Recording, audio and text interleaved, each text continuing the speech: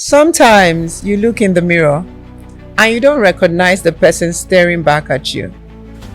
Welcome back to the High Value Woman podcast. In this series, I'm taking you through my book, The Awakening, one chapter at a time.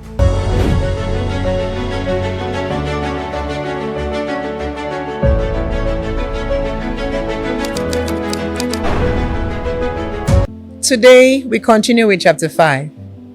Meeting myself again. There comes a point in life where you pause and you realize somewhere along the journey you lost yourself. Not all at once, but slowly. Through expectations, through responsibilities, through pain, through survival. You became who life demanded, but not necessarily who you truly are. And one day, you look at yourself and ask, who am I now? That question can be uncomfortable because meeting yourself again means facing everything you have avoided. The disappointments, the mistakes, the pain. But it also means rediscovering something powerful. The version of you that never truly left. The woman you were before the world told you who to be. There was a moment in my own journey when I was asked a simple question. Go back to your younger self. Who was she? And I paused. Because before life, before expectations, before pain, she was confident, she was bold, she was free. She believed in herself. And somewhere along the line, I had buried her. Not because she disappeared, but because I stopped choosing her.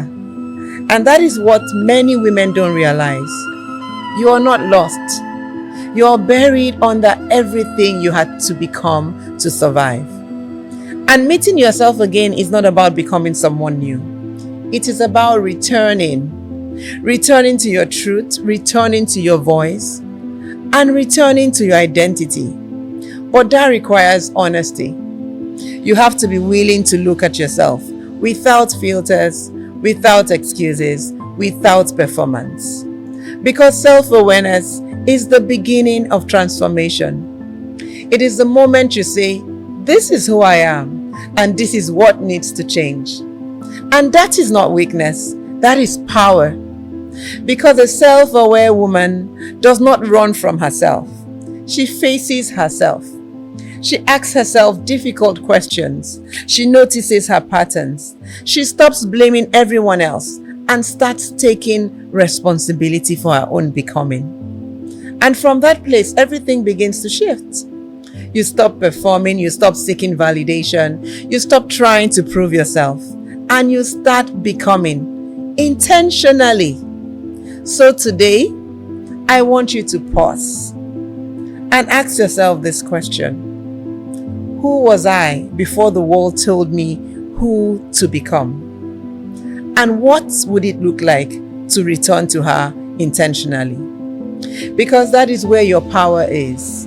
Not in becoming someone else, but in coming home to yourself.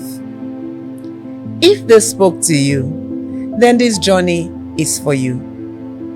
The deeper process, the healing, and the transformation are in my book, The Awakening. You can get your copy and continue your journey. Welcome to your awakening.